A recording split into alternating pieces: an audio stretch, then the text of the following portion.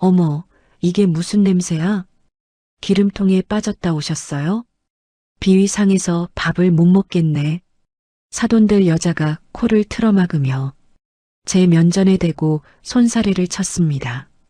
옆에 있던 바깥사돈은 더 가관이었습니다. 최소 20억 아파트는 해와야지. 그깟 공장 월급으로 내 아들을 넘봐? 그 순간 제 딸이 자리를 박차고 일어났습니다. 아빠 가자. 나 이런 집구석이랑 절대 결혼 안 해. 딸의 손에 이끌려 나오던 그날, 저는 30년 동안 잠재워뒀던 진짜 제 모습을 꺼내기로 했습니다. 감히 내 딸 눈에 피눈물을 내? 당신들이 무시한 그 공장 아저씨가 누군지 뼈저리게 후회하게 만들어주마. 오늘의 사연 지금 시작합니다. 구독해주시면 채널 운영하는데 도움이 됩니다. 박철수는 공장 탈의실에서 작업복을 벗으며 거울을 바라봤습니다. 30년간 입어온 낡은 옷에는 기름때가 깊숙이 배어 있었고 손톱 사이로는 검은 때가 끼어 있었습니다. 오늘은 민지의 상견례가 있는 날이었습니다. 아이고, 박 아저씨 오늘 딸 상견례 간다며? 어깨 좀 펴고 가야지. 옆 로커에서 옷을 갈아입던 동료가 말했습니다. 그래, 좀 늦을 것 같긴 한데. 철수는 시계를 보며 답했습니다. 어디서 하는데? 좋은 곳에서 하나? 글쎄, 민지가 정해줬는데 꽤 좋은 곳 같더라고. 철수는 작업복 주머니에서 레스토랑 주소가 적힌 메모를 꺼냈습니다. 강남 한복판의 고급 레스토랑이었습니다. 철수는 잠시 망설였지만 이내 작업복 그대로 향했습니다. 딸이 기다리고 있을 텐데 늦을 수는 없었습니다. 레스토랑 앞에 도착한 철수는 화려한 입구 앞에서 잠시 멈춰 섰습니다. 정장을 차려입은 사람들 사이에서 자신의 모습이 너무 초라해 보였습니다. 아빠. 멀리서 민지의 목소리가 들렸습니다. 민지는 예쁜 원피스를 입고 달려오고 있었습니다. 철수는 딸의 모습을 보며 미소를 지었습니다. 민지야, 아빠가 작업복만 입고 와서 미안하다. 많이 늦었지? 철수는 낡은 작업복 소매를 털며 말했습니다. 아니에요, 괜찮아요. 저도 방금 도착했어요. 민지는 아버지의 거친 손을 잡으며 환하게 웃었습니다. 하지만 아버지의 작업복을 보는 순간 민지의 표정이 살짝 어두워졌습니다. 준호 부모님이 어떻게 생각할지 걱정이 되었기 때문이었습니다. 아빠 옷이 혹시 정말 갈아입을 시간이 없으셨어요? 미안하다, 딸아. 공장에서 바로 오느라 정신이 없었거든. 철수는 민지의 마음을 알아챘습니다. 아니에요, 괜찮아요. 들어가죠. 얼른요. 민지는 아버지의 팔을 끼며 레스토랑 안으로 향했습니다. 웨이터가 그들을 안내했습니다. 화려한 샹들리에가 걸린 실내는 마치 궁전 같았습니다. 하얀 테이블보와 은재 식기들이 정갈하게 놓여 있었습니다. 예약된 테이블에는 이미 세 사람이 앉아 있었습니다. 정갈한 양복을 입은 중년 남성 이양구와 명품 핸드백을 옆에 놓은 부인 김순희, 그리고 단정한 셔츠를 입은 준호였습니다. 철수가 다가가자 이양구의 눈썹이 미세하게 올라갔습니다. 김순희는 철수의 작업복을 훑어보며 코끝을 살짝 찌푸렸습니다. 안녕하세요. 민지 아버지시죠? 제가 이양구입니다. 이양구는 억지로 미소를 지으며 일어났습니다. 네, 박철수입니다. 이렇게 좋은 자리에 초대해 주셔서 감사합니다. 철수는 정중하게 인사했습니다. 이양구는 악수를 나누려다가 철수의 거친 손을 보고는 살짝 주춤했습니다. 그 순간의 망설임을 철수는 놓치지 않았습니다. 평소 민지가 준호 씨 이야기를 하도 많이 해서 두 분 꼭 뵙고 싶었습니다. 철수는 아무렇지 않은 척 미소를 지었습니다. 아, 네. 그러시군요. 김순희는 갑자기 향수 냄새를 더 진하게 풍기며 손수건을 꺼내 코에 댔습니다. 준호가 어색하게 자리를 권했습니다. 아버님, 이쪽으로 앉으세요. 철수는 조심스럽게 의자에 앉으며 메뉴판을 들었습니다. 가격표를 보는 순간 눈을 깜빡였습니다. 스테이크 한 접시가 자신의 하루 일당과 맞먹었습니다. 뭘 드시고 싶으세요? 철수가 조심스럽게 물었습니다. 아버님, 편하게 드시고 싶은 걸로 고르세요. 제가 대접하는 거예요. 민지가 다정하게 말했지만 상대편 가족들의 차가운 시선이 느껴졌습니다. 이양구는 철수의 낡은 시계와 해진 셔츠 깃을 번갈아 보며 무언가를 계산하고 있는 듯 했습니다. 그래서 민지 아버님께서는 도대체 어떤 일을 하고 계시기에 오늘 이렇게 귀한 자리에 작업복 차림으로 오셨는지요? 식사가 시작되자 이양구가 직설적으로 물었습니다. 철수는 포크를 든 손을 잠시 멈추며 답했습니다. 네, 공장에서 일하고 있습니다. 죄송합니다. 공장이요. 경멸하듯 공장. 김순희의 목소리가 급격히 차가워졌습니다. 그녀는 남편과 의미심장한 눈빛을 주고받았습니다. 어떤 공장인가요? 혹시 저희가 아는 곳일까요? 설마 자동차 부품 만드시는 곳은 아니시겠죠? 이양구가 계속 캐물었습니다. 별로 크지 않은 곳입니다. 자동차 부품을 만드는 작은 곳입니다. 철수가 답했습니다. 그렇군요. 이양구는 더 이상 관심이 없다는 듯 고개를 돌렸습니다. 대신 준호를 바라보며 말했습니다. 준호야, 너 회사 일은 어때? 요즘 신사업 진행은 제대로 되고 있지? 네가 중심을 잡아야지. 갑자기 대화의 주도권이 이양구에게 넘어갔습니다. 철수는 소외된 채 묵묵히 음식을 먹었지만 입맛이 없었습니다. 민지가 아버지의 표정을 살피며 불안해했습니다.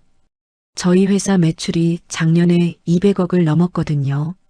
올해는 300억을 목표로 하고 있어요. 아버님은 상상도 못하실 거예요. 김순희가 자랑스럽게 말하며 철수를 힐끗 보았습니다. 그녀의 시선에는 너희 같은 사람들과는 격이 다르다는 의미가 담겨 있었습니다. 민지 씨 아버님도 요즘 경기가 워낙 어려우시죠? 공장 일이 워낙 박봉이고 힘들잖아요. 저희랑은 많이 다르시겠어요. 그렇죠? 김순희가 교묘하게 비꼬았습니다. 그나저나 민지 아버님, 오늘 옷이 좀 너무하시네요. 철수의 작업복 소매에 묻은 기름때를 바라보며 코를 찡그렸습니다. 죄송합니다. 제가 급하게 오는 바람에 미처 갈아입을 시간이 없었습니다. 철수가 고개를 숙였습니다. 아니에요, 아버지. 괜찮아요.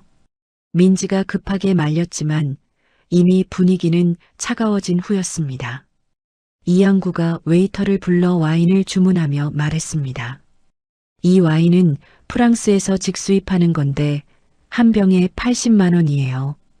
특별한 날에만 마시는 거라서. 철수를 바라보며 의미심장한 미소를 지었습니다. 마치 이런 비싼 걸 네가 알기나 하겠냐는 뜻이었습니다. 저는 술을 잘 못해서. 철수가 말했습니다. 그러시군요. 그럼 따로 음료수라도.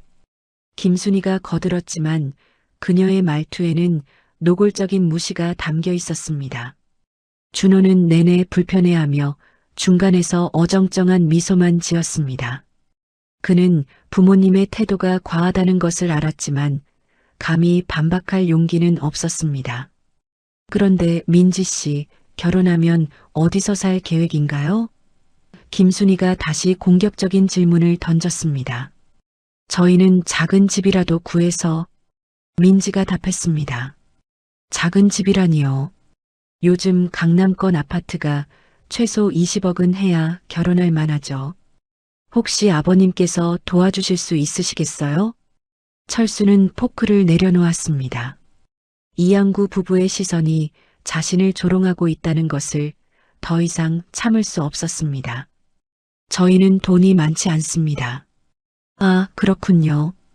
그럼 좀 어려우시겠네요. 김순이가 동정하는 척하며 말했지만 그녀의 눈빛은 차갑기만 했습니다. 엄마, 그만해요. 민지가 참다 못해 말렸습니다. 아니야, 이런 건 미리 정리하고 가야지. 준호, 너도 생각해봐. 결혼은 사랑만으로 되는 게 아니야. 현실적인 문제들이. 무슨 소리예요? 민지가 갑자기 목소리를 높였습니다. 레스토랑 안에 다른 손님들이 돌아보기 시작했습니다. 우리 아버지를 무시하는 거예요? 무시하는 게 아니라 현실적으로 얘기하는 거야. 결혼은 집안끼리 하는 거잖아. 김순이가 목소리를 높였습니다. 집안이 뭐가 중요해요? 사람이 중요하지. 민지의 목소리가 더욱 커졌습니다. 철수는 딸의 손을 잡으며 진정시키려 했지만 민지는 돌아서지 않았습니다. 아버지는 제가 태어날 때부터 지금까지 저 혼자서 키워주셨어요. 엄마 없이, 아무 도움 없이요. 그런 아버지를 이렇게 무시하는 사람들과는 결혼할 수 없어요. 민지야, 진정해. 준호가 말렸지만 민지는 이미 자리에서 일어나고 있었습니다. 준호 씨, 우리 헤어져요. 이런 부모님을 둔 사람과는 살 수 없어요. 뭐야, 이해가. 우리가 뭘 잘못했다고. 김순이가 소리를 질렀습니다. 민지는 아버지의 손을 잡고 레스토랑을 나서려 했습니다. 미안해요, 아버지. 이런 사람들 때문에. 철수는 딸의 어깨에 손을 올리며 조용히 말했습니다. 괜찮다, 민지야. 아빠가 부족해서 그래. 무슨 소리세요? 아버지는 잘못이 없어요. 민지는 눈물을 글썽이며 아버지를 바라봤습니다. 철수는 이양구 부부를 마지막으로 바라보며 깊게 숨을 들이쉬었습니다. 그의 눈빛이 순간 차가워졌지만 곧 다시 평범한 공장 아저씨의 표정으로 돌아갔습니다. 실례했습니다. 철수는 정중하게 인사하고 민지와 함께 레스토랑을 나섰습니다. 뒤에서 이양구가 중얼거리는 소리가 들렸습니다. 뭐 저런 애들이 다 있어. 준호야, 차라리 잘 됐다.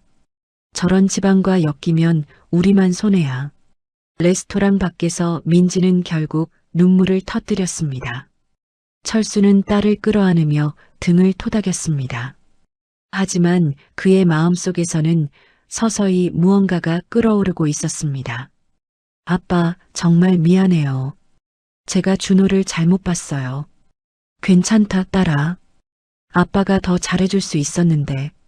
철수는 딸을 달래면서도 마음 한편으로는 30년 동안 봉인해둔 기억들이 되살아나는 것을 느꼈습니다. 오늘의 모욕은 단순히 넘어갈 수 있는 일이 아니었습니다. 다음 날 오후 이양구는 회사 사무실에서 아들 준호와 마주 앉아 있었습니다. 준호의 얼굴에는 어제 상견례의 충격이 아직 남아 있었습니다. 준호야, 어제 일은 이제 깨끗이 정리해야 한다. 이양구가 단호하게 말했습니다. 아버지, 그래도 민지는. 그래도가 뭐야? 어제 봤잖아. 저런 집안 사람들이야. 이양구는 책상을 탁 치며 소리를 높였습니다. 저 공장 다니는 아저씨 봤어? 상견례 자리에 작업복 입고 와. 그것도 기름때 묻은 걸로. 김순이가 사무실로 들어오며 거들었습니다. 정말 어이없었어. 나는 코가 막혀서 숨도 제대로 못 쉬겠더라. 엄마, 너무 심한 것 같아요. 준호가 조심스럽게 말했습니다. 심해? 우리가 뭘 잘못했는데? 김순이가 의자에 앉으며 반박했습니다. 현실을 얘기한 건데 결혼은 사랑만으로 되는 게 아니야. 이양구가 준호의 어깨에 손을 올렸습니다. 준호야, 아버지 말을 믿어라. 우리가 30년 동안 쌓아온 걸 생각해봐.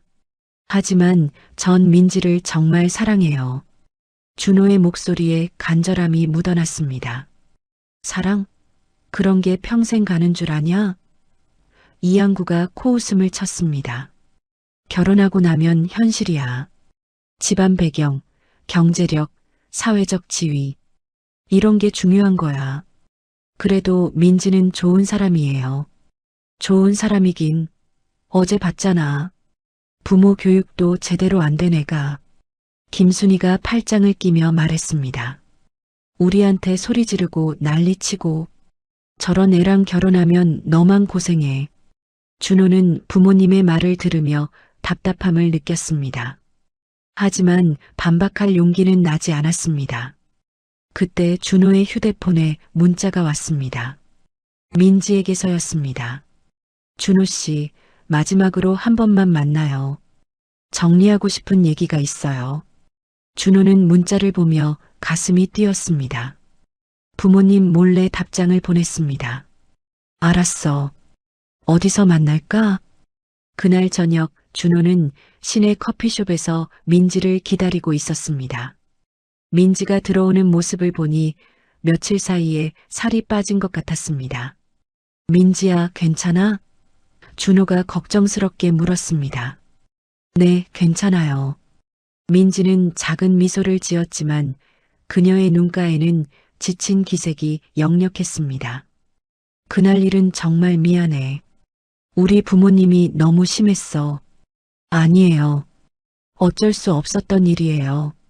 민지가 담담하게 말했습니다. 민지야, 우리 다시 시작할 수 없을까?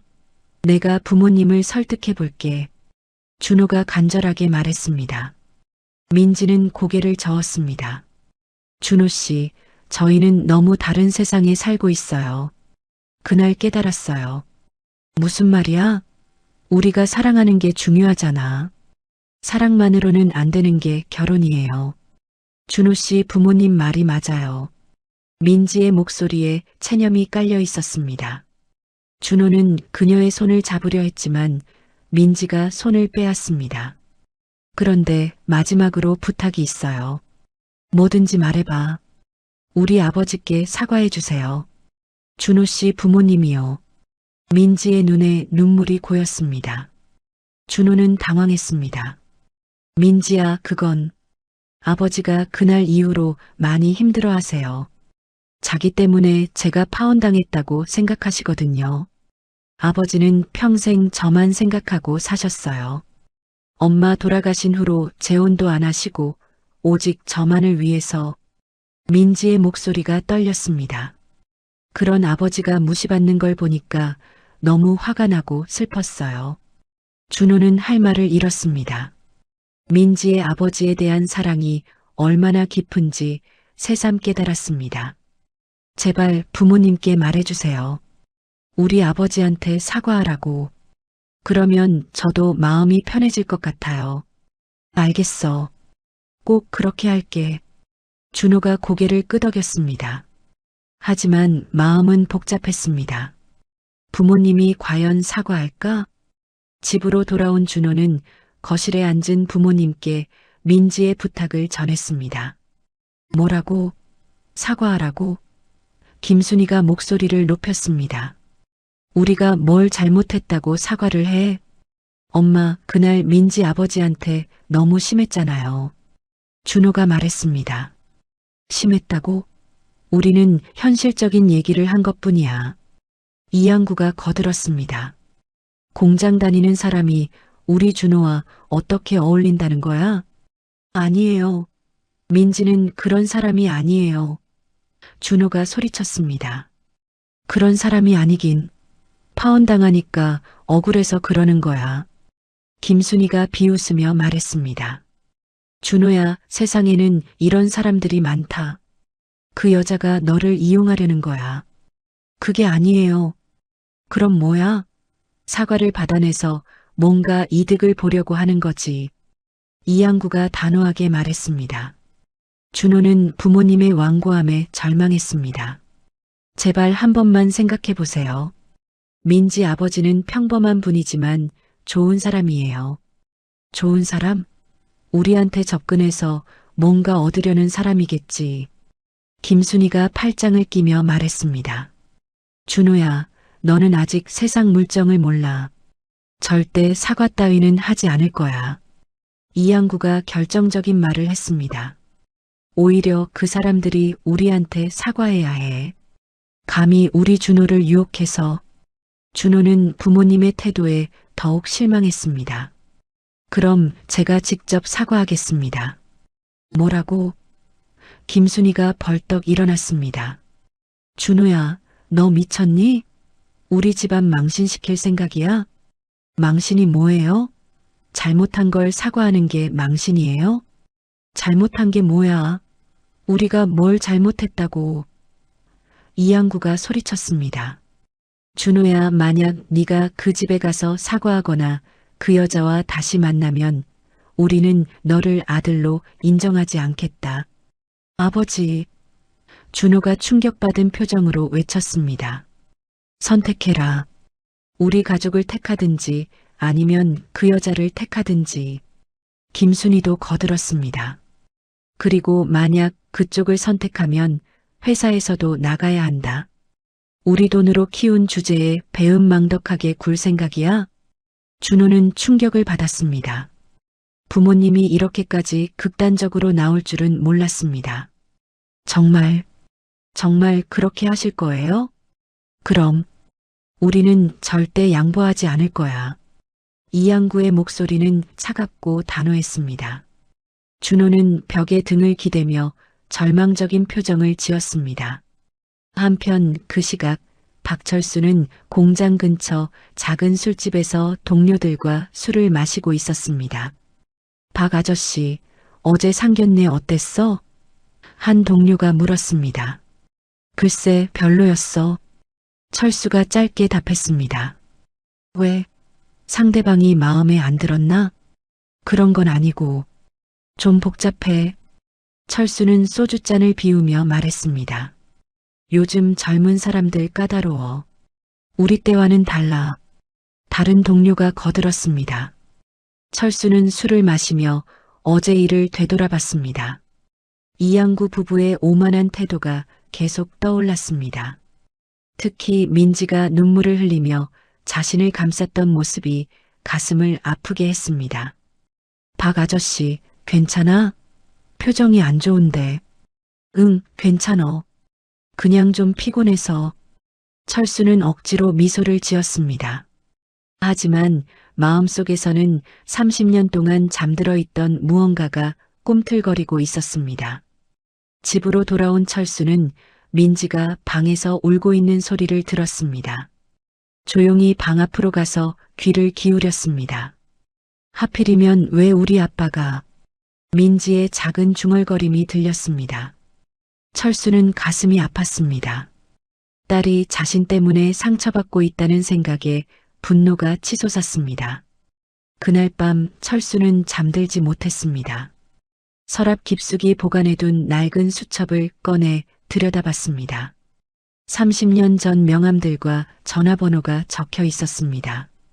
모두 한때 자신과 함께 일했던 사람들이었습니다. 철수는 수첩을 덮으며 깊은 생각에 잠겼습니다. 과연 이대로 당하고만 있어야 할까? 딸의 행복을 위해 자신이 할 수 있는 일이 있지 않을까? 30년간 봉인해둔 기억들이 하나둘씩 되살아나고 있었습니다. 며칠 후 박철수는 공장에서 늘 하던 대로 부품 조립 작업을 하고 있었습니다. 기계 소리가 요란한 가운데서도 철수의 손놀림은 정확하고 빨랐습니다. 30년간 쌓인 노하우였습니다. 박 아저씨. 멀리서 누군가가 부르는 소리가 들렸습니다. 철수가 고개를 돌리자 동료 하나가 급하게 달려오고 있었습니다. 왜 그래? 철수가 작업을 멈추며 물었습니다. 밖에 엄청 비싼 차가 와 있어. 벤츠인데 완전 최신형이야. 벤츠? 응. 그런데 그 차에서 양복 입은 아저씨가 내려서 자꾸 박철수 씨 찾는다고 하는데. 철수는 순간 가슴이 뛰었습니다. 30년 만에 과거가 찾아온 것일까? 어디 있는데? 공장 입구 쪽에. 철수는 급하게 손을 닦으며 밖으로 나갔습니다. 공장 입구에는 정말로 새까만 벤츠 한 대가 서 있었습니다. 차 옆에는 50대 중반의 단정한 정장을 입은 남자가 서 있었습니다. 철수는 그 남자를 한눈에 알아볼 수 있었습니다. 강 실장이었습니다. 회장님. 강 실장이 철수를 보자마자 정중하게 인사했습니다. 철수는 주변을 둘러봤습니다. 다른 직원들이 웅성거리며 이쪽을 바라보고 있었습니다. 저기 박철수 아저씨 아는 사람인가 봐. 근데 왜 회장님이라고 불러? 뭔가 이상한데? 철수는 강 실장을 공장 밖으로 안내했습니다. 강 실장님, 어떻게 여기를? 찾기 어려웠습니다. 30년 동안 완전히 사라지셨더군요. 강 실장이 말했습니다. 그동안 어떻게 지내셨어요? 그냥 평범하게 살고 있습니다. 그런데 왜 갑자기? 강 실장은 가방에서 두꺼운 서류 봉투를 꺼냈습니다. 이게 뭡니까? 회장님께서 30년 전에 맡겨두신 것들입니다. 강 실장이 신중하게 말했습니다. 그때 약속하셨잖습니까? 언젠가 돌아오시면 다시 드리겠다고. 철수는 서류 봉투를 바라보며 복잡한 표정을 지었습니다. 그 안에는 자신이 포기한 모든 것들의 증명서가 들어있다는 것을 알고 있었습니다. 왜 지금 오셨습니까? 며칠 전에 이상한 소식을 들었습니다. 강 실장이 목소리를 낮췄습니다. 누군가 회장님에 대해 수소문하더군요. 아가씨 결혼 얘기와 관련해서요. 철수의 표정이 굳어졌습니다. 누가 그랬습니까? 이양구라는 사람입니다. 중견기업 대표라고 하더군요. 강 실장이 또 다른 서류를 꺼냈습니다. 회장님 딸분의 예비 사위 아버지라고. 철수의 눈빛이 차가워졌습니다.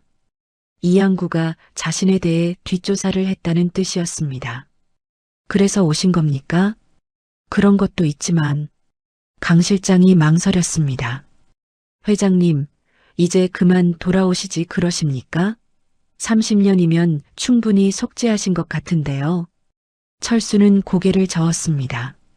저는 이제 평범한 사람입니다. 그때 일로 많은 사람들이 피해를 받잖습니까? 하지만 그건 회장님 잘못이 아니었습니다. 강 실장의 목소리에 간절함이 묻어났습니다. 회장님은 오히려 피해자셨어요. 그만둡시다. 과거 얘기는. 철수가 단호하게 말했습니다. 강 실장은 주머니에서 작은 녹음기를 꺼냈습니다. 그럼 이것부터 들어보세요. 뭡니까? 이양구가 사설탐정에게 한 말입니다. 강 실장이 녹음기를 켰습니다. 이양구의 목소리가 흘러나왔습니다. 박철수라고 하는데 공장 다니는 놈이야. 혹시 뒷배경이 있나 해서 확인해 보는 거지. 철수의 주먹이 서서히 쥐어졌습니다. 뭐 별거 있겠어? 하루벌이나 하는 인간이 뭔 배경이 있겠냐고. 이어서 김순희의 목소리도 들렸습니다. 그런 사람들은 항상 뭔가 숨기는 게 있어요. 혹시 빚이라도 있으면 우리한테 떠넘길지도 모르잖아요. 철수의 얼굴이 점점 굳어졌습니다. 강 실장이 다른 파일을 재생했습니다. 준호야, 너 그 여자 아버지 보니까 어때? 완전 촌놈이지? 이양구의 목소리였습니다. 저런 사람들은 돈만 보고 접근하는 거야. 우리 재산 노리고, 우리가 얼마나 고생해서 여기까지 왔는데 저런 거지들한테 물려줄 순 없지. 철수는 녹음기를 꺼달라고 손짓했습니다. 더 이상 들을 수 없었습니다. 회장님, 화가 나십니까? 강 실장이 조심스럽게 물었습니다. 화라기보다는 실망입니다. 철수가 깊은 한숨을 내쉬었습니다. 30년 동안 평범하게 살면서 사람들이 다 착하다고 생각했는데 강 실장이 또 다른 서류 뭉치를 꺼냈습니다. 회장님, 이양구에 대해 조사한 자료입니다. 뭘 조사했습니까? 그 사람 회사 대성산업 말입니다. 강 실장이 첫 장을 펼쳤습니다. 철수는 서류를 받아들고 읽기 시작했습니다. 순간 그의 눈이 커졌습니다. 이게 정말입니까? 네, 확실합니다. 대성산업의 주요 거래처가 바로 회장님의 옛 계열사들입니다. 강 실장이 설명했습니다. 특히 한양중공업과 신성전자에서 70% 이상의 매출을 올리고 있어요. 철수는 계속해서 서류를 넘겼습니다. 이양구가 자랑스럽게 말했던 연매출 200억의 실체가 드러나고 있었습니다. 결국 제 돈으로 벌어먹고 사는 주제에 철수의 목소리가 낮아졌습니다. 더 가관인 건 이양구가 회장님에 대해 조사하면서 한 말입니다. 강 실장이 다시 녹음기를 틀었습니다. 그 박철수라는 놈, 혹시 우리 발목 잡을 만한 게 있나 확인해봐. 우리가 이렇게 잘 사는데 저런 놈들이 끼어들면 안 되잖아. 혹시 돈이라도 요구하면 어떻게 하지? 철수의 표정이 더욱 어두워졌습니다. 회장님, 이제라도 정체를 밝히시는 게 어떻습니까? 강 실장이 조심스럽게 제안했습니다. 이양구 같은 놈이 뭔데 회장님 딸을 무시합니까? 아직은 안 됩니다. 민지가 더 상처받을 수 있어요. 철수가 고개를 저었습니다. 하지만 이대로 당하고만 계실 건 아니죠? 철수는 서류 뭉치를 다시 보며 생각에 잠겼습니다. 이양구의 회사가 자신의 계열사들과 얽혀 있다는 사실이 새로운 가능성을 열어주고 있었습니다. 강 실장님, 한양중공업 현재 사장이 누굽니까? 최민호 사장입니다. 회장님 후배시죠? 연락처를 주세요. 철수의 목소리가 조금씩 변하고 있었습니다. 30년 동안 잠들어 있던 무언가가 깨어나고 있는 것 같았습니다. 정말 하시겠습니까? 강 실장이 확인했습니다. 네, 이제는 좀 가르쳐 줄 때가 된 것 같습니다. 철수의 눈빛에서 예전의 카리스마가 되살아나고 있었습니다. 강 실장은 미소를 지으며 명함을 건네주었습니다. 30년 만에 회장님다운 모습을 보는군요. 하지만 민지는 끝까지 모르게 해야 합니다. 철수가 당부했습니다. 물론입니다. 알겠습니다. 그날 저녁 철수는 집에서 강 실장이 준 서류들을 꼼꼼히 검토했습니다. 민지는 아직 집에 오지 않았습니다. 요즘 일찍 들어오지 않는 날이 많았습니다. 철수는 한양중공업 최민호 사장에게 전화를 걸었습니다. 전화벨이 몇 번 울리더니 상대방이 받았습니다. 여보세요? 최 사장님이십니까? 저는 박철수입니다. 전화 너머로 놀라는 소리가 들렸습니다. 박 회장님? 정말 회장님이십니까? 네, 맞습니다. 오랜만입니다. 세상에 30년 만에. 어디 계셨어요? 그동안 연락도 없으시고. 그간 이런저런 사정이 있었습니다. 철수가 차분하게 답했습니다.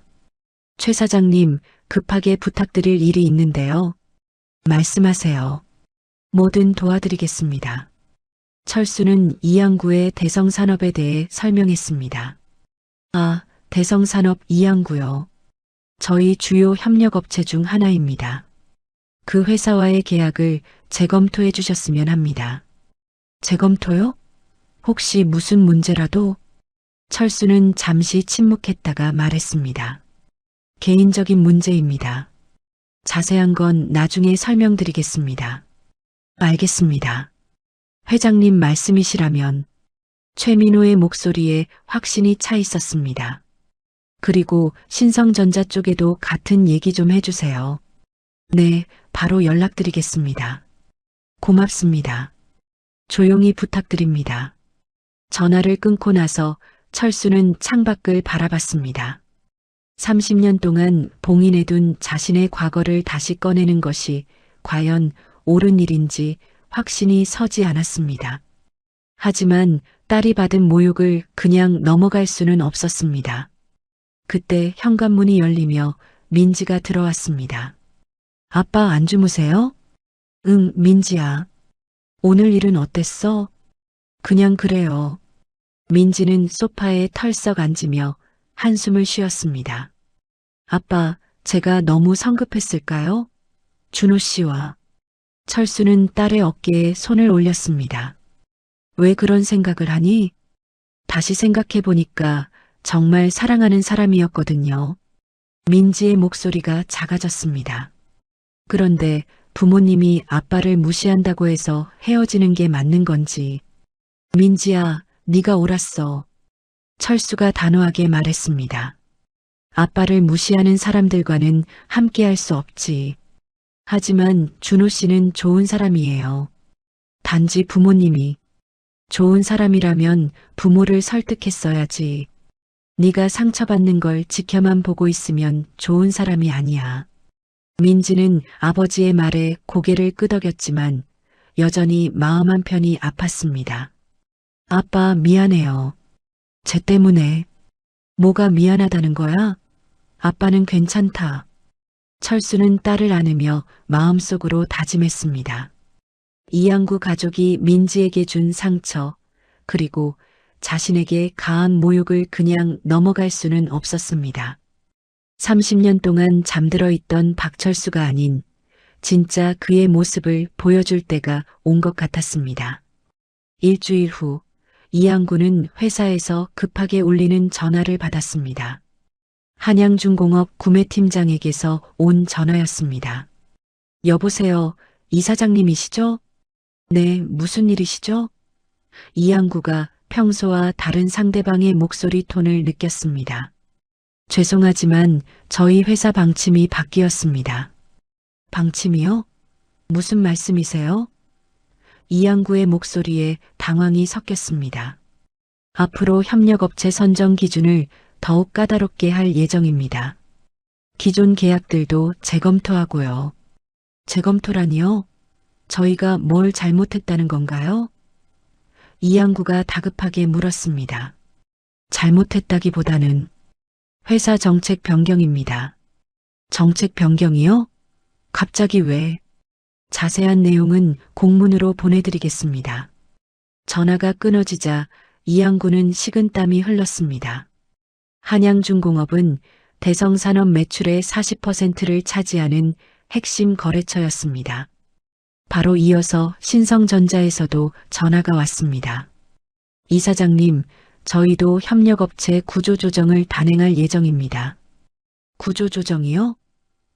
이양구의 얼굴이 새하얗게 변했습니다. 네, 기존 거래처들 중에서 선별적으로 계약을 유지할 계획입니다. 그럼 저희는 아직 확정된 건 아니지만 일단 검토 대상입니다. 이양구는 책상에 주저앉았습니다. 한양중공업과 신성전자를 잃으면 회사는 거의 파산 수준이었습니다. 그때 준호가 아버지 사무실로 들어왔습니다. 아버지, 무슨 일이에요? 얼굴이 새하얗네요. 준호야, 큰일 났다. 이양구가 머리를 감싸쥐었습니다. 한양중공업이랑 신성전자에서 계약 재검토한다는구나. 네. 왜 갑자기요?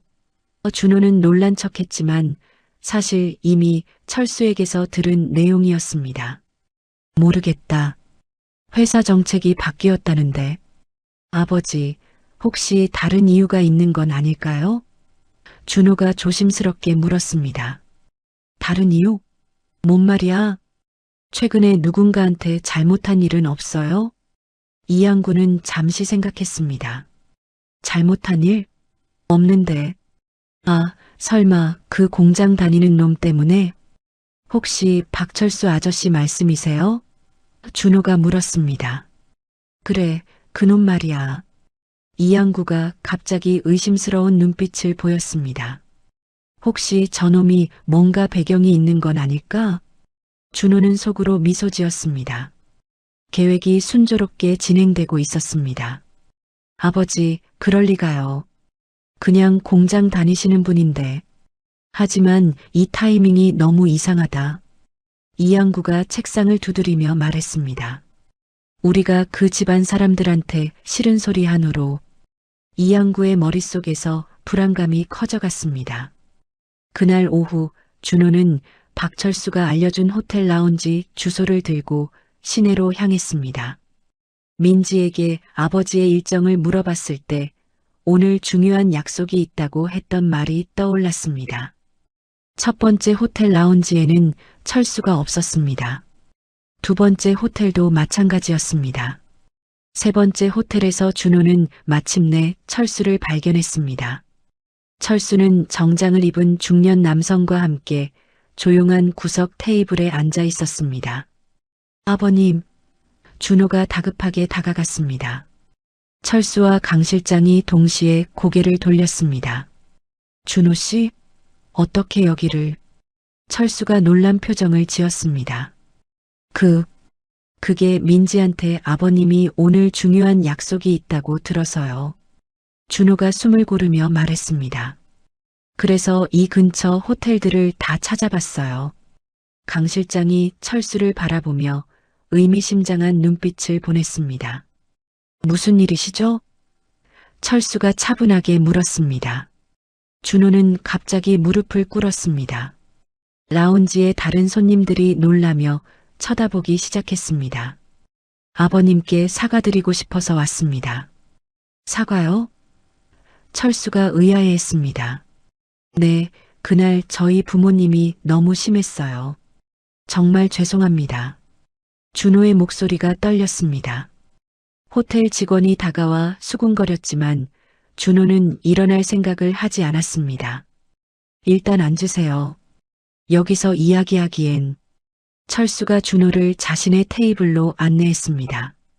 준호는 강 실장을 보며 의아해했지만 철수가 소개해주지 않자 묻지 않았습니다. 준호 씨, 부모님이 하신 일에 대해 왜 당신이 사과하세요? 철수가 조심스럽게 물었습니다. 그건 제가 막지 못했거든요. 준호가 고개를 숙였습니다. 아버님과 민지가 모욕받는 걸 보면서도 제대로 말리지 못했어요. 그리고 솔직히 말씀드리면 준호의 목소리에 자책감이 가득했습니다. 저도 처음에는 부모님 말이 맞다고 생각했어요. 결혼은 현실적인 문제라고, 집안 배경이 중요하다고. 철수는 준호의 솔직함에 조금 놀랐습니다. 하지만 민지를 잃고 나서 깨달았어요. 제가 얼마나 어리석었는지. 준호가 주머니에서 작은 상자를 꺼냈습니다. 반지 상자였습니다. 이거 민지한테 줄 예정이었어요. 프로포즈용으로 준비했던 건데. 준호의 눈에 눈물이 고였습니다. 하지만 이제 줄 수 없겠죠. 민지는 저를 용서하지 않을 거예요. 철수는 준호를 바라보며 마음이 복잡해졌습니다. 이 젊은 남자의 진심이 느껴졌습니다. 준호 씨, 부모님께는 뭐라고 하고 오신 거예요? 말씀 안 드렸어요. 준호가 답했습니다. 아마 알면 저를 아들로 안 인정한다고 하실 거예요. 그럼 위험하지 않습니까? 상관없어요. 준호의 목소리에 확신이 차 있었습니다. 제가 진짜 사랑하는 사람을 잃었는데 다른 게 뭐가 중요해요? 강 실장도 놀란 표정으로 준호를 바라봤습니다. 이 젊은 남자의 진정성이 예상 밖이었습니다. 아버님, 정말 죄송해요. 준호가 다시 한번 깊게 고개를 숙였습니다. 제가 더 용감했어야 했는데 부모님 눈치만 보고 민지를 지키지 못했어요. 그리고 한 가지 더 부탁이 있어요. 뭔가요? 철수가 물었습니다. 민지한테 이 반지 좀 전해주세요. 준호가 반지 상자를 철수에게 내밀었습니다. 그리고 제가 정말 사랑했다고, 미안하다고 전해주세요. 철수는 받지 않고 말했습니다. 직접 주세요. 네. 민지한테 직접 가서 주세요. 그게 진짜 남자가 할 일이죠. 준호는 당황했습니다. 하지만 민지가 만나주지 않을 텐데요. 그럼 만날 때까지 기다리세요. 철수가 단호하게 말했습니다. 진정한 사랑이라면 포기하면 안 되죠. 준호의 눈이 빛났습니다. 그럼 아버님께서는 저를 용서해 주시는 건가요? 철수는 잠시 생각했습니다. 이 젊은 남자의 진심을 보니 마음이 누그러졌습니다. 용서라기보다는 기회를 주고 싶습니다. 철수가 말했습니다. 하지만 조건이 있어요. 말씀하세요. 준호가 간절하게 대답했습니다. 강 실장이 철수와 눈빛을 주고받았습니다. 철수가 고개를 끄덕이자 강 실장이 미소를 지었습니다. 부모님이 스스로 잘못을 깨닫게 만들어야 합니다. 어떻게요? 며칠 후에 특별한 일이 일어날 텐데 그때 준호 씨가 중간 역할을 해주셔야 해요. 철수가 신중하게 말했습니다. 어떤 일인가요? 부모님이 저에게 직접 사과하게 만드는 일입니다. 철수는 처음으로 미소를 지었습니다. 하지만 그 미소에는 30년 동안 숨겨왔던 무언가가 드러나고 있었습니다. 그게 가능한가요? 준호가 의심스럽게 물었습니다. 가능합니다. 저를 믿으세요. 준호는 철수의 변화된 분위기를 느꼈습니다. 평소에 온화한 공장 아저씨가 아니라 뭔가 강력한 카리스마를 가진 사람처럼 보였습니다. 그런데 한 가지만 물어봐도 될까요? 뭔가요? 아버님은 정말 그냥 공장 다니시는 분이신가요? 준호가 조심스럽게 물었습니다. 철수와 강 실장이 서로를 바라봤습니다. 곧 알게 될 겁니다. 철수가 의미심장하게 답했습니다. 그 전까지는 비밀이에요. 민지에게도 말하면 안 됩니다. 알겠습니다. 믿겠습니다. 준호가 고개를 끄덕였습니다. 그날 저녁 준호는 새로운 희망을 품고 집으로 돌아갔습니다. 드디어 민지를 되찾을 수 있는 기회가 생긴 것 같았습니다. 하지만 그는 아직 몰랐습니다. 박철수라는 남자가 과연 누구인지, 그리고 앞으로 어떤 놀라운 일들이 벌어질지를. 철수 역시 마음이 한결 가벼워졌습니다.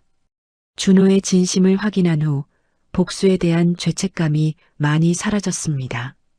이제는 단순한 복수가 아니라 딸의 행복을 위한 정의로운 일이라고 생각할 수 있게 되었습니다.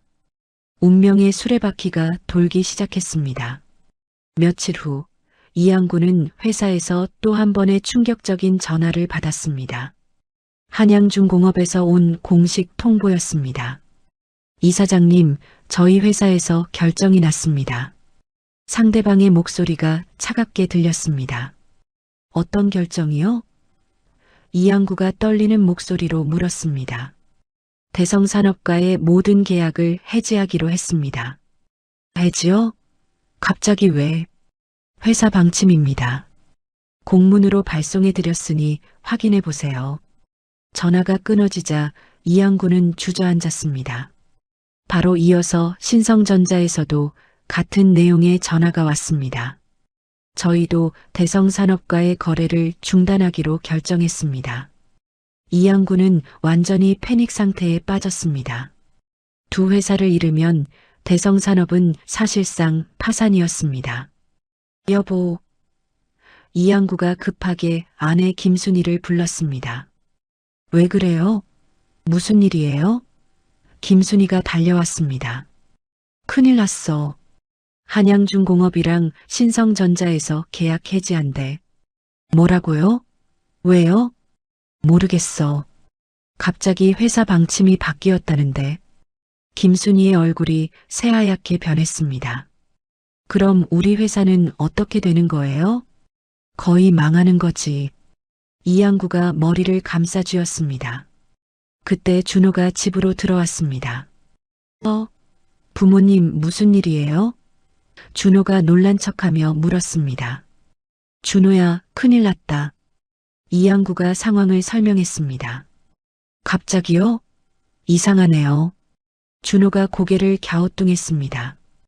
혹시 누군가 우리를 견제하는 건 아닐까요? 견제? 최근에 누군가한테 잘못한 일 있잖아요. 준호가 의미심장하게 말했습니다. 박철수 아저씨 말이에요. 이양구와 김순희가 서로를 바라봤습니다. 설마 그 공장 다니는 놈이. 아니에요. 그럴 리 없어요. 김순희가 고개를 저었습니다. 하지만 타이밍이 너무 이상해요. 준호가 계속 말했습니다. 우리가 그분을 무시한 후로 이런 일이 생기잖아요. 이양구는 급하게 사설탐정에게 전화를 걸었습니다. 박철수 조사 어떻게 됐어요? 30년 전까지 파본다고 했잖아요. 아, 이사장님. 마침 연락드리려던 참이었습니다. 뭔가 나왔어요? 네, 아주 놀라운 사실을 발견했습니다. 이양구의 심장이 빨리 뛰었습니다. 어떤 사실이요? 이사장님, 직접 만나서 얘기하는 게 좋을 것 같습니다. 너무 중요한 내용이라서요. 1시간 후 사설탐정이 이양구의 집을 찾아왔습니다. 그는 두꺼운 서류 뭉치를 들고 있었습니다. 이게 뭡니까? 이양구가 서류를 받아들었습니다. 박철수에 대한 30년 전 기록입니다. 이양구가 첫 장을 펼치는 순간 눈이 커졌습니다. 이게 진짜인가요? 확실합니다. 박철수는 30년 전 한진그룹의 회장이었습니다. 김순희가 서류를 빼앗아 보더니 기절할 뻔했습니다. 그리고 지금도 한양중공업과 신성전자의 실질적인 소유주예요. 뭐라고? 이양구가 소리쳤습니다. 30년 전에 갑자기 모든 걸 정리하고 사라졌는데 소유권은 그대로 유지하고 있었던 겁니다. 준호도 놀란 척하며 서류를 들여다봤습니다. 그럼 우리 회사 거래처들이 네, 모두 박철수 회장의 계열사들입니다. 탐정이 확인해 주었습니다. 이사장님께서 30년간 박 회장님 돈으로 사업하신 거예요. 이양구는 완전히 절망에 빠졌습니다. 그럼 우리가 그날 누구한테 그런 짓을 한 거야? 우리 회사 진짜 사장한테 그런 짓을 한 거죠. 김순희가 떨리는 목소리로 말했습니다. 어떡하죠? 우리 완전히 망했어요. 이양구는 하루 종일 고민했습니다. 체면도 중요하지만 회사가 망하면 모든 게 끝이었습니다. 여보, 어떻게 할까요? 김순희가 물었습니다.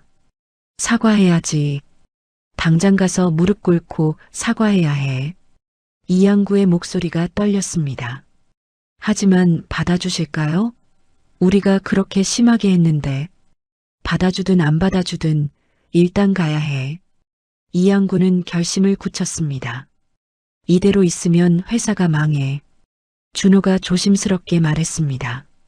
제가 함께 가겠습니다. 너도? 네, 저도 책임이 있잖아요. 그날 저녁 이양구 일가족은 철수의 집 앞에 서 있었습니다. 초라한 아파트 단지를 보며 이양구는 더욱 혼란스러웠습니다. 정말 여기가 맞나? 회장이 이런 곳에 살 리가. 주소가 여기라고 했잖아요. 준호가 인터폰을 눌렀습니다. 누구세요? 민지의 목소리가 들렸습니다. 민지야, 나 준호야. 부모님과 함께 왔어. 준호? 왜? 민지의 목소리에 당황이 섞였습니다. 아버님께 중요한 말씀드릴 게 있어서 제발 문 좀 열어줘. 잠시 후 현관문이 열렸습니다. 민지가 의아한 표정으로 나타났습니다. 무슨 일이에요? 이양구가 앞으로 나서며 말했습니다. 민지 씨, 아버님 계신가요? 정말 중요한 얘기가 있어서요. 아빠는 계시는데 갑자기 무슨 일이세요? 그때 철수가 나타났습니다. 평소와 같은 편안한 복장이었지만 이양구의 눈에는 왠지 다르게 보였습니다. 어서 오세요. 무슨 일이신지요? 철수의 목소리는 평온했습니다. 마치 이미 이 상황을 예상하고 있었던 것처럼. 이양구는 갑자기 무릎을 꿇었습니다. 김순희도 따라서 무릎을 꿇었습니다. 회장님, 정말 죄송합니다. 뭐 하는 거예요? 민지가 깜짝 놀라며 소리쳤습니다. 아버님, 저희가 큰 잘못을 저질렀습니다. 이양구가 바닥에 머리를 박으며 빌었습니다. 용서해 주세요. 아빠, 이게 무슨 상황이에요? 민지가 아버지를 바라보며 물었습니다. 철수는 잠시 침묵했다가 민지에게 말했습니다. 민지야, 이분들이 오해를 하신 것 같다. 일단 들어가자. 거실에서 이양구는 계속 사과했습니다. 회장님, 그날 정말 죄송했습니다. 저희가 눈을 못 알아봤습니다. 무슨 말씀이신지 모르겠는데요. 철수가 태연하게 말했습니다. 아버지, 도대체 무슨 일이에요? 회장님이 뭐예요? 민지가 혼란스러워했습니다. 이양구가 떨리는 목소리로 설명했습니다. 민지 씨, 아버님께서는 한양중공업과 신성전자의 실소유주이십니다. 네, 그게 무슨... 저희 회사가 30년 동안 아버님 회사들과 거래하면서 살아온 겁니다. 민지는 아버지를 바라보며 눈이 커졌습니다. 아빠, 이게 정말이에요? 철수는 한참을 망설이다가 고개를 끄덕였습니다. 응, 정말이야. 그 순간 민지의 눈에 눈물이 고였습니다. 기쁨의 눈물인지 당황의 눈물인지 알 수 없었습니다. 아빠가 회장님이었다고요? 30년 전 일이지. 지금은 그냥 평범한 아빠야. 철수가 딸의 어깨에 손을 올렸습니다. 그럼 우리가 가난해서 준원이가 무시한 게 아니라 민지가 이해하기 시작했습니다. 이양구가 다시 고개를 숙였습니다. 회장님, 정말 죄송합니다. 저희가 무지해서 큰 실수를 했습니다. 제발 용서해 주세요. 철수는 이양구를 바라보며 말했습니다. 용서는 제가 할 일이 아닙니다. 네, 제 딸에게 사과하세요. 상처받은 건 저가 아니라 민지니까요. 이양구와 김순희는 민지를 향해 무릎을 꿇었습니다. 민지 씨, 정말 죄송했습니다. 김순희가 눈물을 흘리며 말했습니다. 저희가 너무 무례했어요. 민지는 복잡한 마음으로 그들을 바라봤습니다. 분명 화가 났지만 한편으로는 아버지의 진짜 모습을 알게 된 기쁨도 있었습니다. 그때 준호가 무릎을 꿇으며 말했습니다. 민지야, 나도 정말 미안해. 준호야, 그날 너를 지키지 못해서 이제라도 늦지 않았다면 다시 시작할 수 없을까? 민지는 준호를 바라보며 눈물을 흘렸습니다. 그리고 천천히 고개를 끄덕였습니다. 준호야, 그날 밤은 모든 사람들에게 가장 빛나는 순간이었습니다. 30년 동안 숨겨왔던 진실이 밝혀지고 사랑하는 사람들이 다시 만나게 된 기적 같은 밤이었습니다. 철수는 창가에 서서 밤하늘을 바라보며 생각했습니다. 복수는 끝났지만 진짜 중요한 건 딸의 행복이었습니다. 그리고 그 행복이 이제 시작되는 것 같았습니다. 2주일 후 철수는 평소와 같이 공장에서 일하고 있었습니다. 이양구 부부의 사과 이후 모든 것이 해결된 줄 알았지만 예상치 못한 일이 기다리고 있었습니다. 강 실장이 급하게 공장으로 찾아왔습니다. 그의 표정이 심상치 않았습니다. 회장님, 큰 문제가 생겼습니다. 철수는 작업을 멈추고 강 실장을 공장 밖으로 안내했습니다. 무슨 일입니까? 30년 전 회장님과 경쟁했던 정태영이 움직이고 있어요.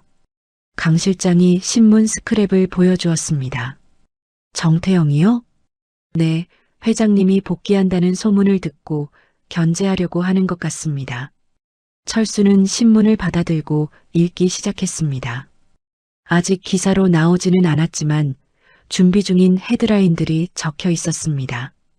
실종된 대기업 회장, 30년 만에 정체 드러나 박철수 회장, 숨겨진 진실은? 이런 기사들이 준비되고 있습니다. 강 실장이 설명했습니다. 정태영이 언론에 흘리고 있는 거예요. 철수의 표정이 굳어졌습니다.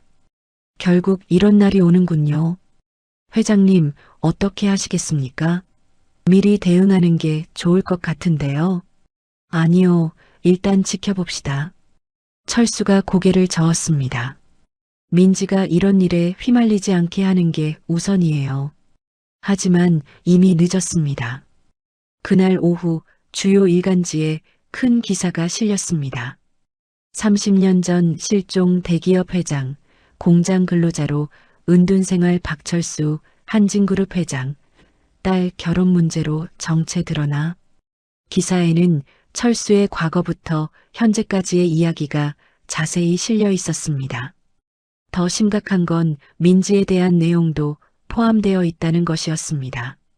박 회장의 딸 박민지 28씨는 현재 일반 회사원으로 근무 중이며 최근 연인과의 갈등으로 아버지의 정체가 밝혀진 것으로 알려졌다. 철수는 신문을 보며 분노가 치솟았습니다. 자신의 일은 그렇다 치더라도 민지까지 언론에 노출시킨 것은 용서할 수 없었습니다. 그때 민지에게서 전화가 왔습니다. 아빠, 큰일 났어요. 민지의 목소리는 패닉 상태였습니다. 무슨 일이니? 회사에 기자들이 몰려왔어요. 민지가 다급하게 말했습니다. 저한테 인터뷰하자고 하는데 지금 어디 있니? 회사 화장실에 숨어 있어요. 어떡하죠, 아빠? 철수는 즉시 결정했습니다. 민지야, 회사 뒷문으로 나와. 아빠가 차 가지고 갈 테니까. 네, 알겠어요. 철수는 급하게 옷을 갈아입었습니다. 30년 만에 다시 정장을 입는 순간이었습니다. 회사 뒷문에서 만난 민지는 눈물을 글썽이고 있었습니다. 아빠, 미안해요. 쟤 때문에 이렇게 됐어요. 무슨 소리니? 내 잘못이 아니야. 철수가 딸을 끌어안으며 달랬습니다. 그런데 아빠, 기사에 나온 얘기가 진짜예요? 민지가 조심스럽게 물었습니다. 30년 전에 무슨 일이 있었던 거예요? 철수는 할 말을 잃었습니다. 언젠가는 말해야 할 이야기였지만 이런 식으로 알게 될 줄은 몰랐습니다. 집에 가서 얘기하자. 하지만 집으로 돌아가는 길도 순탄하지 않았습니다. 집 앞에는 기자들이 몰려 있었고 아파트 단지 입구까지 취재진들이 진을 치고 있었습니다. 아빠, 이제 어떻게 해요? 민지가 떨리는 목소리로 물었습니다. 뒷길로 들어가자. 철수는 아파트 후문으로 돌아서 겨우 집에 들어갈 수 있었습니다. 하지만 집 안에서도 계속 인터폰이 울렸습니다. 박철수 회장님, 한 말씀만 부탁드립니다. 30년 전 사건에 대해 해명해 주세요. 딸분과 함께 나와주시면. 철수는 인터폰을 꺼버렸습니다. 강 실장이 뒷문으로 들어왔습니다. 회장님, 상황이 심각합니다. 어떻게 됐습니까? 정태영이 본격적으로 움직이고 있어요. 강 실장이 서류를 꺼냈습니다. 30년 전 일을 재조사하겠다고 검찰에 진정서를 냈습니다. 진정서요? 민지가 놀라며 물었습니다. 강 실장이 조심스럽게 설명했습니다. 30년 전에 회장님 부인께서 돌아가셨을 때 일부에서 의혹을 제기했던 일이 있었어요. 무슨 의혹이요? 사실 별것 아닌 일이었는데. 강 실장이 철수를 바라봤습니다. 부인께서 교통사고로 돌아가시기 직전에 정태영과 회장님 사이에 큰 기업 인수 경쟁이 있었거든요. 철수의 얼굴이 어두워졌습니다. 그때 일부 언론에서 의혹을 제기했지만 수사 결과 아무런 문제가 없다고 결론 났어요. 강 실장이 계속 설명했습니다. 하지만 정태영은 이번 기회에 그 일을 다시 끄집어내려고 하는 것 같습니다. 민지는 아버지를 바라보며 혼란스러워했습니다. 아빠, 그게 무슨 말이에요? 엄마가 어떻게 돌아가신 거예요? 철수는 오랫동안 숨겨왔던 이야기를 할 때가 왔다는 것을 깨달았습니다. 민지야, 엄마는. 그때 갑자기 현관문이 거세게 두드려졌습니다. 박철수 씨, 검찰청 수사관입니다. 문 좀 열어주세요. 모든 사람이 얼어붙었습니다. 30년 전의 그림자가 다시 돌아온 것이었습니다. 아빠, 민지의 목소리가 떨렸습니다. 철수는 딸의 손을 잡으며 말했습니다. 민지야, 무슨 일이 있어도 아빠를 믿어줘. 네, 아빠. 민지가 고개를 끄덕였습니다. 철수는 현관문을 향해 걸어갔습니다. 30년 만에 다시 맞이하는 시련이었습니다. 문을 열자 2명의 수사관이 서 있었습니다. 박철수 씨시죠? 30년 전 부인 사망 사건과 관련해서 몇 가지 질문이 있습니다. 들어오세요. 철수가 침착하게 답했습니다. 거실에 앉은 수사관들이 질문을 시작했습니다. 30년 전 부인께서 돌아가시기 직전 정태영 회장과 치열한 기업 인수전을 벌이고 계셨죠? 그렇습니다. 철수가 답했습니다. 그리고 부인께서 돌아가신 후 갑자기 모든 사업을 정리하고 사라지셨는데 그 이유가 무엇입니까? 철수는 잠시 망설였습니다. 30년 동안 누구에게도 말하지 않았던 진실을 이제 털어놓아야 할 때가 온 것 같았습니다. 제가 아내를 죽인 거나 다름없었으니까요. 아빠. 민지가 놀라며 소리쳤습니다. 수사관도 당황했습니다. 잠깐만요. 그게 무슨 뜻입니까? 철수가 천천히 말을 이어갔습니다. 30년 전 정태영과의 인수전이 치열할 때였습니다. 철수의 목소리가 떨리기 시작했습니다. 아내는 제가 너무 일에만 몰두해서 가족을 소홀히 한다고 걱정했어요. 민지의 눈에 눈물이 고였습니다. 사건이 일어난 그날도 아내가 저에게 회사 일을 줄이라고 했어요. 철수가 계속했습니다. 하지만 저는 화를 냈습니다. 중요한 시기에 무슨 소리냐고. 아내는 화가 나서 집을 나갔어요. 그리고 그 길에서 교통사고를 당한 겁니다. 그럼 단순한 교통사고였다는 말씀이신가요? 수사관이 물었습니다. 네, 하지만 제가 화내지 않았다면. 철수가 고개를 떨구었습니다. 제가 아내 말을 들었다면 그런 일은 없었을 거예요. 그래서 모든 걸 포기하고 민지만 키우며 살았습니다. 속죄하는 마음으로. 민지는 아버지의 말을 들으며 눈물을 흘렸습니다. 30년 동안 아버지가 혼자 짊어지고 살았던 짐이 얼마나 무거웠는지 알 수 있었습니다. 새로운 위기가 시작되고 있었지만 동시에 30년간 숨겨진 진실이 드러나는 순간이기도 했습니다. 다음 날 강 실장은 30년간 개인적으로 보관해온 자료들을 검찰에 제출했습니다. 그 중에는 정태영과 철수 간의 통화 녹음이 있었습니다. 검찰청 조사실에서 수사관이 녹음기를 재생했습니다. 이건 30년 전 정태영 회장이 박 회장님께 한 전화 내용입니다. 강 실장이 설명했습니다. 오래된 음질이지만 내용은 명확했습니다. 정태영의 목소리가 흘러나왔습니다. 박철수, 내 아내 일이 안타깝긴 하지만 이제 정신 좀 차리지? 사업은 원래 냉정한 거야. 수사관들이 귀를 기울였습니다.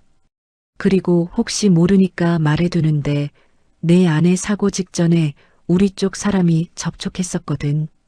철수가 깜짝 놀랐습니다. 당시에는 충격 때문에 제대로 들리지 않았던 말이었습니다. 뭐 별일 아니었지만 언론에서 이상하게 받아들일 수도 있으니까 조심해. 그 사람은 이미 처리했으니까 걱정 마. 하지만 네가 계속 버티면 좀 곤란해질 수도 있어. 수사관이 녹음을 멈췄습니다. 이건 명백한 협박이군요. 당시 회장님은 부인을 잃은 충격으로 이런 말의 의미를 제대로 파악하지 못했습니다. 강 실장이 설명했습니다. 그래서 30년간 자책하며 살아오신 거예요. 수사관이 철수를 바라봤습니다. 박 회장님, 당시 이런 협박을 받으셨는데도 신고하지 않으신 이유는? 아내를 잃은 상황에서 다른 생각을 할 여유가 없었습니다. 철수가 답했습니다. 그리고 정태영이 무슨 뜻으로 한 말인지도 잘 몰랐고요. 한편 그 시각 정태영은 자신의 사무실에서 뉴스를 보고 있었습니다. 박철수 관련 기사가 연일 톱뉴스를 장식하고 있었습니다. 좋아. 이대로 가면 저놈 완전히 끝장낼 수 있어. 정태영이 혼자 중얼거렸습니다. 그때 비서가 급하게 들어왔습니다. 회장님, 큰일입니다. 뭐가? 검찰에서 회장님을 소환한다고 합니다. 뭐라고? 정태영이 벌떡 일어났습니다. 30년 전 박철수 회장 부인 사건과 관련해서요. 정태영의 얼굴이 새하얗게 변했습니다. 설마 그때 일이 들켰나? 정태영은 급하게 박철수에게 전화를 걸었습니다. 철수는 집에서 민지와 함께 있을 때 전화를 받았습니다. 박철수, 오랜만이군. 정태영의 목소리가 예전과 다름없이 거만했습니다. 철수가 스피커폰으로 전화했습니다. 30년 만이네요, 정 회장님. 아직도 격식을 차리는군. 그런데 요즘 좀 시끄럽던데? 시끄럽게 만든 건 당신이잖습니까? 뭐 어쨌든 예정을 생각해서 충고 하나 해주자면. 정태영의 목소리에 위협이 섞였습니다. 조용히 다시 사라지는 게 좋을 거야. 강 실장이 철수에게 손짓으로 신호를 보냈습니다. 계속 말하라는 뜻이었습니다. 안 그러면 30년 전 일이 다시 문제가 될 수도 있거든. 정 회장님, 혹시 30년 전 제 아내 사고와 관련해서 아시는 게 있습니까? 철수가 조심스럽게 물었습니다. 전화 너머로 정태영이 당황하는 소리가 들렸습니다. 뭔 소리야? 나는 몰라. 그때 통화에서 우리 쪽 사람이 접촉했다고 하셨잖아요. 그건 그냥 하는 소리였어. 정태영의 목소리가 흔들렸습니다. 그리고 그 사람은 이미 처리했다고도 하셨죠. 누굴 처리한다는 거였습니까? 야, 박철수, 네가 뭘 하려는 거야? 정태영이 목소리를 높였습니다. 아무것도 안 해요. 단지 진실이 궁금할 뿐입니다. 철수가 차분하게 대답했습니다. 좋아, 알겠어. 그럼 끝까지 가보자고. 정태영이 화를 내며 전화를 끊었습니다. 강 실장이 미소를 지었습니다. 완벽합니다. 이 통화도 녹음됐고 30년 전 자료와 연결하면 충분한 증거가 됩니다. 며칠 후 검찰은 정태영을 긴급 소환했습니다. 30년간 강 실장이 수집한 정태영 관련 자료들이 모두 제출되었습니다. 조직적인 기업 사냥과 불법 인수합병, 각종 협박과 회계 조작, 정태영의 범죄 행각이 낱낱이 드러났습니다. 언론들은 이제 철수 대신 정태영에게 관심을 쏟았습니다. 정태영 회장, 30년 전부터 조직적 기업 사냥, 30년간 숨겨진 진실, 재벌가의 어둠 드러나 박철수 회장은 피해자였다. 철수의 집 앞에서 기자들이 사라지고 평온한 일상이 돌아왔습니다. 거실에서 가족들이 모여 앉아 있었습니다. 민지, 준호, 그리고 이양구 부부까지. 아버님, 정말 고생 많으셨어요. 이양구가 진심으로 말했습니다. 이제 회사로 복귀하실 건가요? 준호가 조심스럽게 물었습니다. 철수는 고개를 저었습니다. 아니야. 그런 생활은 이제 지겨워. 그럼 계속 이렇게 사실 거예요? 민지가 물었습니다. 응, 하지만 완전히 같지는 않을 거야. 철수가 딸의 손을 잡으며 말했습니다. 이제는 숨길 필요가 없으니까. 그리고 민지야, 미안했다. 30년 동안 진실을 숨겨서. 아니에요, 아빠. 민지의 눈에 눈물이 고였습니다. 아빠가 얼마나 힘들었을지 이제 알겠어요. 엄마도 아빠를 용서하실 거예요. 그때 강 실장이 들어왔습니다. 회장님, 좋은 소식이 있습니다. 무슨 일입니까? 정태영이 모든 혐의를 인정했습니다. 강 실장이 환한 미소를 지었습니다. 그리고 30년 전 일에 대해서도 공식 사과를 하겠다고 하네요. 모든 사람이 안도의 한숨을 내쉬었습니다. 이제 정말 끝난 거군요. 준호가 말했습니다. 네, 이제 정말 평화로운 생활을 하실 수 있을 거예요. 강 실장이 확신에 찬 목소리로 말했습니다. 민지가 아버지를 바라보며 물었습니다. 아빠, 이제 정말 마음이 편해지셨어요? 응, 정말 편해졌다. 철수가 진심으로 답했습니다. 30년 동안 혼자 짊어지고 살았던 짐을 내려놓은 기분이야. 그리고 무엇보다 네가 행복해하는 모습을 보니까 정말 다행이다. 준호가 민지의 손을 잡으며 말했습니다. 민지야, 우리 이제 정말 행복하게 살 수 있겠다. 응, 준호야. 민지가 환하게 웃었습니다. 그날 저녁 철수는 혼자 아내의 사진을 바라보며 말했습니다. 여보, 이제 정말 끝났어. 30년 동안 미안했어.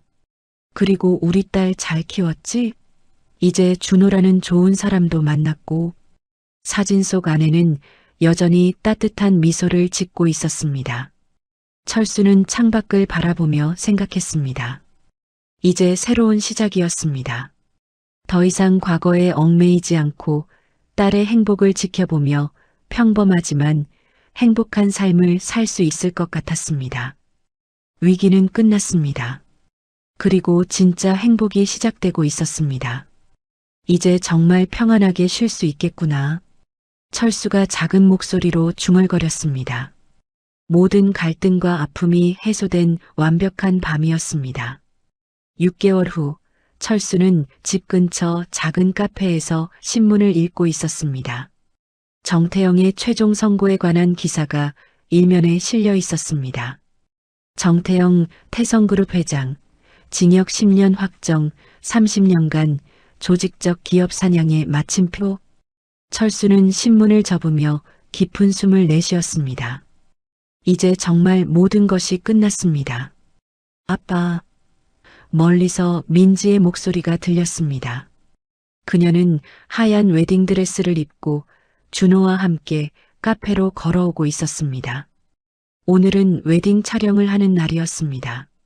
와, 우리 딸 정말 예쁘다. 철수가 일어서서 딸을 바라보며 감탄했습니다. 아빠 어때요? 이 드레스 괜찮죠? 민지가 돌아서며 드레스를 자랑했습니다. 그녀의 얼굴에는 행복한 미소가 가득했습니다. 완벽해.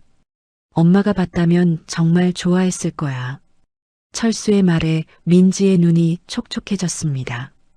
아버님, 오늘 촬영 함께 하실 거죠? 준호가 정중하게 물었습니다. 당연하지. 내가 빠질 수 없는 날인데. 1년 전만 해도 상상할 수 없었던 광경이었습니다. 이양구 가족과 함께 화목한 시간을 보내는 것이. 그런데 아빠, 정말 괜찮아요? 민지가 걱정스럽게 물었습니다. 회사 일은 강 실장님이 다 처리하시고 계시죠? 걱정 마라. 이제는 나도 은퇴한 몸이야. 철수가 웃으며 답했습니다. 사실 철수는 몇 달 전부터 회사 경영을 전문 경영진에게 맡기고 있었습니다. 자신은 고문 역할만 하고 있었습니다. 아버님, 그럼 앞으로 뭘 하실 건가요? 준호가 궁금해했습니다. 글쎄, 여행도 하고, 취미도 찾고, 철수가 생각하며 답했습니다. 그동안 못 해본 것들을 해보려고, 그리고 손자, 손녀들과 시간 보내는 것도 기대되고. 철수의 말에 민지와 준호가 얼굴을 빨갛게 했습니다. 아빠, 아직 결혼도 안 했는데. 하하, 미리 생각해 보는 거지. 그때 이양구 부부가 나타났습니다. 이제는 철수를 진심으로 존경하는 표정이었습니다. 회장님, 오늘도 좋은 날씨네요. 이양구가 밝게 인사했습니다. 그러게요. 촬영하기 딱 좋은 날이에요. 김순희도 자연스럽게 대화에 참여했습니다. 1년 전에 그 거만한 모습은 온데간데 없었습니다. 사진작가가 나타나 촬영이 시작되었습니다. 철수는 딸과 함께 다양한 포즈로 사진을 찍었습니다. 회장님, 정말 행복해 보이세요. 사진작가가 말했습니다. 딸이 이렇게 예쁘게 결혼하는데 행복하지 않을 수 있나요? 철수가 환하게 웃었습니다. 촬영이 끝나고 모든 가족이 함께 식사를 했습니다. 그런데 회장님, 정말 회사 복귀 안 하시는 거예요? 이양구가 아쉬워하며 물었습니다. 네, 이제 그런 생활은 지겨워요. 철수가 고개를 저었습니다. 젊을 때 충분히 했으니까. 하지만 회장님 같은 분이 은퇴하시면 경제계에 큰 손실이에요. 그런 건 젊은 사람들이 알아서 하겠죠. 철수는 정말로 모든 것을 내려놓은 상태였습니다. 3개월 후 민지와 준호의 결혼식이 거행되었습니다. 서울 시내 유명 호텔에서 열린 결혼식에는 300명이 넘는 하객들이 참석했습니다. 결혼식장에는 철수의 옛 동료들과 비즈니스 파트너들이 대거 참석했습니다. 30년 만에 만나는 사람들이 많았습니다. 철수야, 정말 오랜만이다. 30년 동안 어디 숨어 있었던 거야? 요즘 어떻게 지내? 회사는 언제 복귀할 거야? 사람들의 질문에 철수는 웃으며 답했습니다. 이제 그런 생활은 관두었어요. 평범하게 살 거예요. 아깝다, 정말. 자네 같은 사람이 은퇴하다니. 하지만 철수는 전혀 아깝다고 생각하지 않았습니다. 오히려 이런 평범한 삶이 훨씬 소중했습니다. 식이 시작되고 신부 아버지로서 민지와 함께 입장할 때 철수의 눈에 눈물이 고였습니다. 여보, 우리 딸 정말 예쁘지? 자네도 보고 있겠지? 마음속으로 아내에게 말했습니다. 신랑 신부가 서로 반지를 끼워주는 순간 철수는 진심으로 행복했습니다. 딸의 행복한 모습을 보는 것만으로도 충분했습니다. 신랑 아버지께서 한 말씀 해주시겠습니까? 사회자가 이양구를 불렀습니다. 이양구는 마이크를 잡고 떨리는 목소리로 말했습니다.